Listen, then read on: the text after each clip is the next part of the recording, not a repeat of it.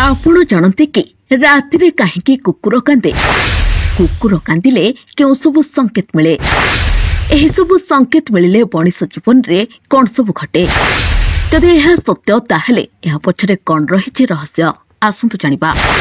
हिंदू धर्म पुराण रे कुकुर को जमंक दूत बोली कहुए एवं भैरव बाबा सेवक बोली कहुए।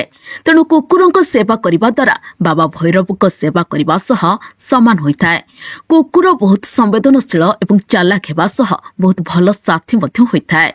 हेले कुकुर राति भोकिबा कांदिबा बोली कहुए। कुकुर कांदिबा अशुभ मना जाए। तेबे चलंतु जानिबा एहा पछरे थिबा प्रकृत कारण कौन आपण केबे भाबिछंती कि कुकुर राति काहेकि कांदंती एवं कुकुर कांदिबा काहेकि अशुभ होता है। वयस्क लोक कहिथांती कुकुर कांदिबा द्वारा कौनसी व्यक्तिंकर मृत्यु संकेत होता है। यह द्वारा आख पाखरे कहार ना कहार अशुभ होता है। हिंदू धर्म रे कुकुर को एक रहस्यमय प्राणी बोली कहुए।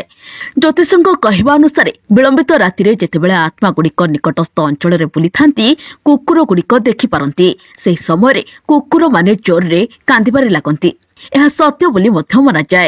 यह उपर परदा उठाइबाकु हेले सर्वप्रथमे जानिबाकु हेबो जेतेबेले कुकुर भोकी थाए एहार अर्थ कुकुर ताहार वार्ता काहाकु देउथाए। कुकुर भोकिला बेले से ताहार संदेश निजर साथी पाखकु पहुंचाई थाए। कुकुर गुड़िक केबे भी एकुटिया रहिबाकु पसंद कर नथांती। जेतेबेले निजको एकुटिया अनुभव करिथांती सेतेबेले जोरे भोकिबाकु लागिथांती। जेतेबेले गोटिए कुकुर जोरे भोकिथाए सेतेबेले तार अन्य साथींकु स्थान विषय जणाई थाए। एहा छड़ा वैज्ञानिक मत अनुଯାयी जदि कुकुर जंत्रणा बा कष्ट अनुभव करिथाए जोरे कांदिथाए। ब्यूरो रिपोर्ट वीनेस लाइव।